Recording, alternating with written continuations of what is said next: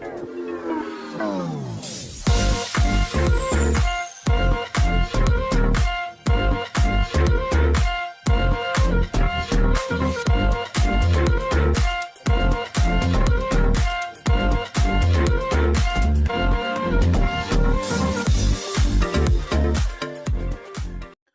semua, salam sejahtera Malaysia. Selamat datang ke channel Fels Lifestyle. Saudara-saudara, tuan-tuan dan puan-puan yang saya amat hormati sekalian. Terdapat satu kabar angin ataupun terdapat satu artikel berkaitan dengan dakwaan aset RM100 bilion UMNO dan perlu penjelasan dari bekas Perdana Menteri dan dua lagi bekas menteri. Di dalam satu artikel mengesahkan terdapat pemimpin yang meminta penjelasan dari Tun Mahathir dan juga Daim Zainuddin dan Tan Sri Nur Muhammad Yaakob. Ini berkaitan dengan aset UMNO RM100 bilion yang hilang.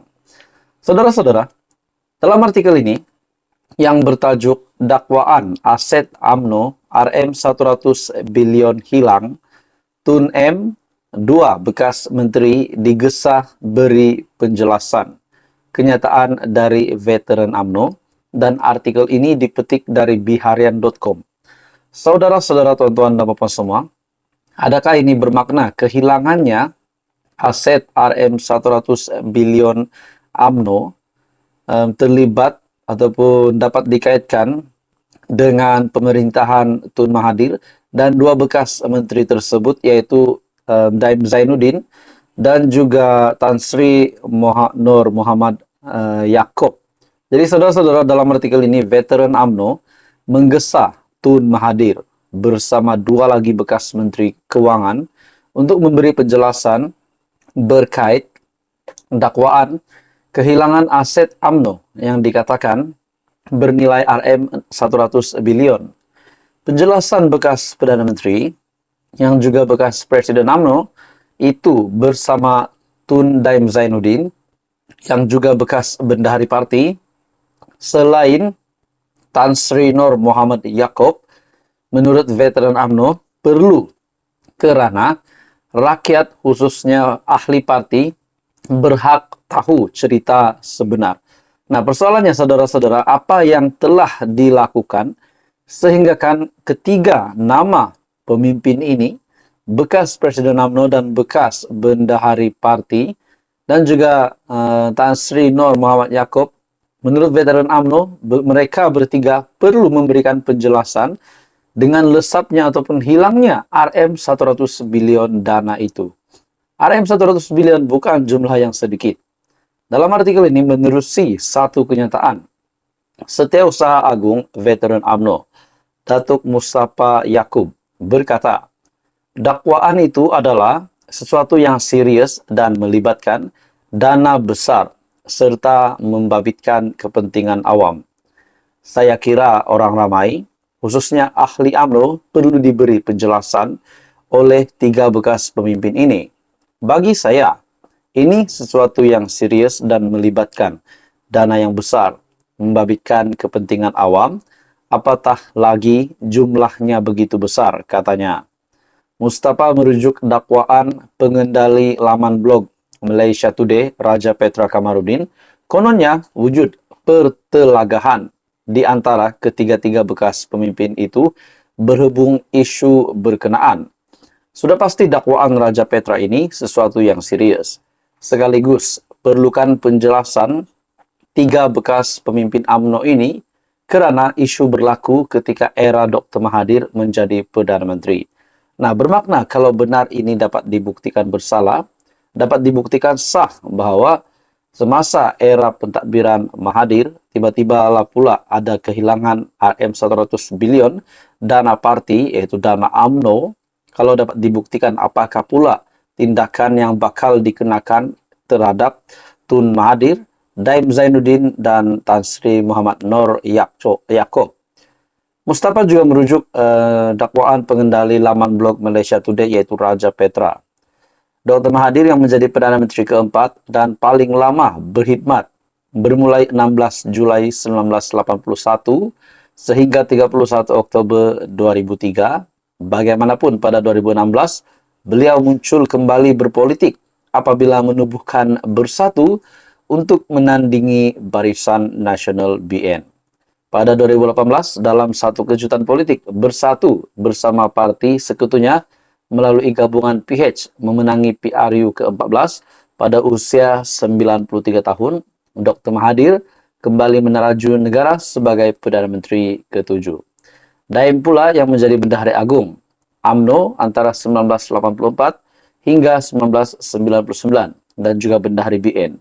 Beliau dilantik sebagai Menteri Keuangan pada Julai 1984 oleh Dr. Mahathir sebelum melepaskan jawatan itu pada Mac 15 1991. Jadi saudara-saudara, bagi saya ini satu artikel yang panas, satu artikel yang mengejutkan. Jadi apa komen Anda? Teruskan bersama di dalam channel ini. Jangan lupa tekan butang like, share, dan subscribe. Salam sejahtera Malaysia, selamat datang ke channel Fails Lifestyle. Tuan-tuan dan bapak semua, saudara-saudara yang saya amat hormati sekalian. Banyak saja cakap-cakap ataupun kabar angin berkaitan dengan status Khairy Jamaluddin ataupun KJ, bekas Menteri Kesehatan, di mana beliau hala tuju politiknya pada masa akan datang adalah bersama-sama dengan kepimpinan Perikatan Nasional. Sama ada Bersatu, sama ada PAS. Dan sudah pasti memang ramai yang berkata bahwa hala tuju KJ yang selamat pada ketika ini adalah bersama-sama dengan Perikatan Nasional. Dan ada juga kabar angin mengatakan bahwa Khairy Jamaluddin akan berjumpa dengan Muhyiddin Yassin. Dan adakah dengan itu KJ akan menyertai Perikatan Nasional? Jadi saudara-saudara, banyak saja kabar angin. Semuanya bermula daripada kabar angin. Namun saudara-saudara, terdapat satu artikel berita yang mengesahkan Khairy Jamaluddin bertemu dan bahkan mengadakan pertemuan bersama dengan Perdana Menteri Malaysia, Datuk Seri Anwar Ibrahim. Dan adakah di dalam pertemuan ini kita dapat menyimpulkan bahwa Khairy Jamaluddin menyatakan sokongan beliau terhadap kerajaan perpaduan bukan kepada kepimpinan Muhyiddin Yassin. Nah, dalam satu artikel dari sinarharian.com, KJ bakal sertai kem Anwar. Itu menjadi persoalan. Bekas Ketua Pemuda UMNO, Khairy Jamaluddin Abu Bakar dalam perbincangan ekonomi bersama Perdana Menteri Datuk Seri Anwar Ibrahim pada Jumaat sedikit sebanyak dilihat menimbulkan sedikit tanda tanya. Bekas ahli parlimen Rembau itu hadir dalam mesyuarat tersebut bersama beberapa pakar ekonomi lain termasuk ahli parlimen Titiwangsa Datuk Seri Johari Ghani.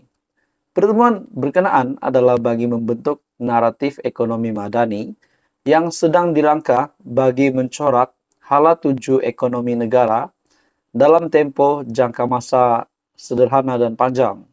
Menurut Anwar, pihaknya kini mempunyai masa yang terhad untuk menyelesaikan masalah atau tantangan yang melanda ekonomi negara dan membawa Malaysia kembali ke landasan yang betul. Jelas beliau, meskipun demikian, kerajaan bertekad dan akan bekerja keras bagi memacu pertumbuhan yang inklusif dan mampan. Apa yang menjadi tanda tanya bagi kini adalah kehadiran Khairy Jamaluddin ketika pertemuan berkenaan menjadi satu isyarat sokongan terhadap kerajaan perpaduan. Nah, itu menjadi persoalannya. Umum juga mengetahui bahwa hubungan KJ dengan UMNO ketika ini amat dingin. Ia dibuktikan dengan satu komentarnya di laman sosial Facebook bahwa parti berkenaan akan dibungkus pada PRN akan datang. Nah, saudara-saudara, adakah di dalam pertemuan ini berkaitan dengan perbincangan ekonomi, KJ hadir bersama-sama dengan PM dan ahli parlimen Titiwangsa yaitu Datuk Seri Johari Ghani.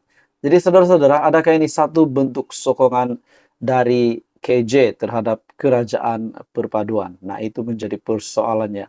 Kalau benar pula KJ masuk kerajaan bersama dengan PH, bagaimana pula penerimaan UMNO dan apa pula harapan PN yang memang berharapkan KJ untuk masuk ke pimpinan pembangkang, kepimpinan Perikatan Nasional. Semua itu akhirnya menjadi persoalan. Jadi apa komen Anda? Teruskan bersama di dalam channel ini untuk info yang seterusnya. Jangan lupa tekan butang like, share, dan subscribe.